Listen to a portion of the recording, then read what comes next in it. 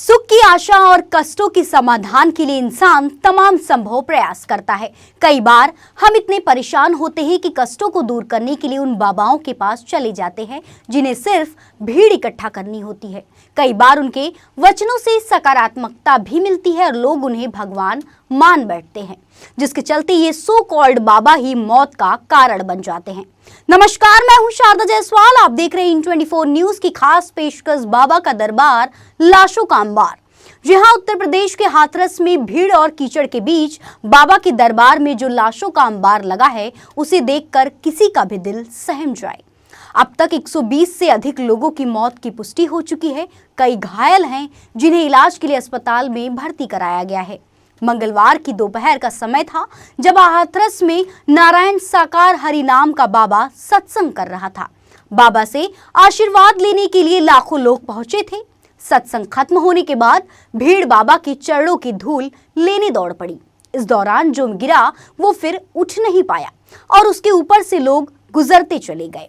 देखते ही देखते पूरा परिसर शमशान घाट बन गया। देश को सदमे में डालने वाली इस घटना के बाद भोले बाबा के नाम से मशहूर आध्यात्मिक नेता नारायण साकार हरि फरार है। फुलराई मैदान में ये सत्संग आयोजित हो रहा था। इसमें उत्तर प्रदेश, हरियाणा और राजस्थान से 50,000 से ज्यादा अनुयायी शामिल हुए थे। जैसे ही सत्संग समाप्त हुआ, भक्त आगे बढ़कर बाबा के पास इकट्ठा हो गए। उनका आशीर्वाद और उनके पैरों की पवित्र धूल लेने लगे।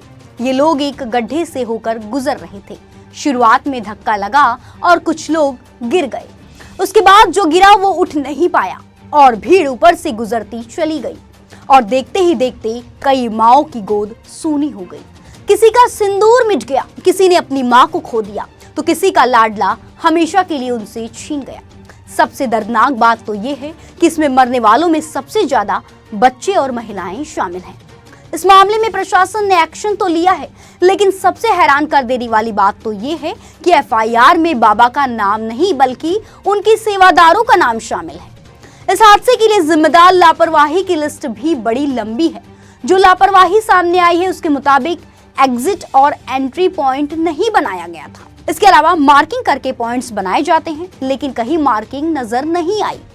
80,000 लोगों की अनुमति लेकर लाखों की भीड़ जुटाई गई और यहाँ तक कि 80,000 लोगों के हिसाब से मेडिकल टीम भी नहीं थी। मेडिकल टीम थी भी या नहीं, यह भी जांच का विषय है। कम से कम 5 एम्बुलेंस होनी चाहिए थी, जो नहीं थी। वहीं उमस भरी गर्मी के बावजूद भी भीड़ के हिसाब से कूलर और पंखे की व्यवस्था नहीं थी और भीड़ के हिसाब से वॉलंटियर भी कम थे। प्रशासन की तरफ से फोर्स भी न के बराबर लगाई गई थी और न ही खाने पीने का उचित इंतजाम था।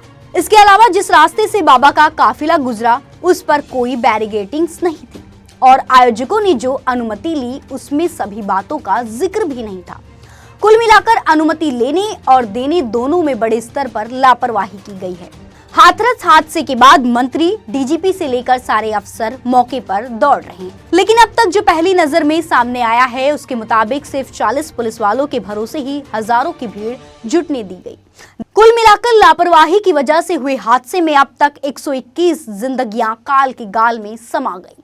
पोस्टमार्टम हाउस में शवों का ढेर लगा हुआ है।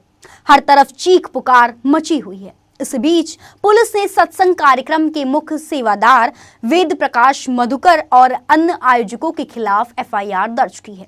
ये एफआईआर भारतीय न्याय संहिता की धारा 105, 110, 126, 223 और 238 के तहत दर्ज की गई है।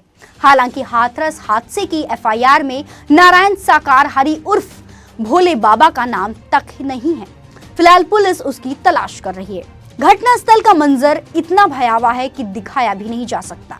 हादसे के बाद सुख के सपने दिखाने वाले बाबा के पंडाल में लाशों का अंबार था। अंधभक्त और आस्था भीड़ के सामने प्रशासन मानो नतमस्तक हो गया और अव्यवस्था इतनी चरम पर थी कि घात लगाए बैठी मौत ने सड़कों पर लोगों को देखते ही देखते निगल लिया और सुख की आशा में आए भक्त मौत के मुहाने तक पहुंच गए। हाथरस में हुई इस घटना की जगह पर आज भी दूध के बोतल, बैग्स, कपड़े और छोटे छोटे नन्हे बच्चों की चप्पल दर्द के सबूत के तौर पर पड़े हैं। जिन्हें देखकर और सोचकर रूह कांप जाती है कि उन मासूमों पर क्या गुजरी होगी। लोगों ने बाबा के चरण रज के लिए मौत से रेस लगा दी। यहाँ कई ऐसे नन्हे पैरों की निशानियां पड़ी है जो कहानी बनकर रह गई। हाथरस में मंजर कितना भयावह था, इस बात का अंदाजा आप इससे ही लगा सकते हैं कि यहाँ लाशों के ढेर को देखकर एक पुलिस कांस्टेबल की हार्ट अटैक से मौत हो गई। कहते हैं कि मौत दबे पांव आती है, यानी मौत के भी पांव होते हैं। हाथरस में भी दबे पांव आई मौत ने कई जिंदगियों को निगल लिया। उमस भरी गर्मी और बेचैनी के बीच भक्तों में ऐसी भगदड़ मची कि कुछ ही पलों में मौत के पांव तले कई मासूम दम तोड़ देते हैं। भले ही अब जांच होती रहेगी, कुछ लोगों पर गाज भी गिरेगी, लेकिन भक्तों के अंतिम संस्कार के साथ शायद सब कुछ भुला दिया जाए, क्योंकि हादसों के बाद मुआवजे का मरहम लगाने और फिर उसके पीड़ितों का दर्द भुला देना, यही तो आज तक होता रहा है। फिलहाल इस पेशकश में बस इतना ही। बाकी की ताज़ा तरीन खबरों के लिए बने रहिए इन 24 न्यूज़ के साथ और मुझे यानी शारदा जायसवाल को अब दीजिए इजाज़त। नमस्कार।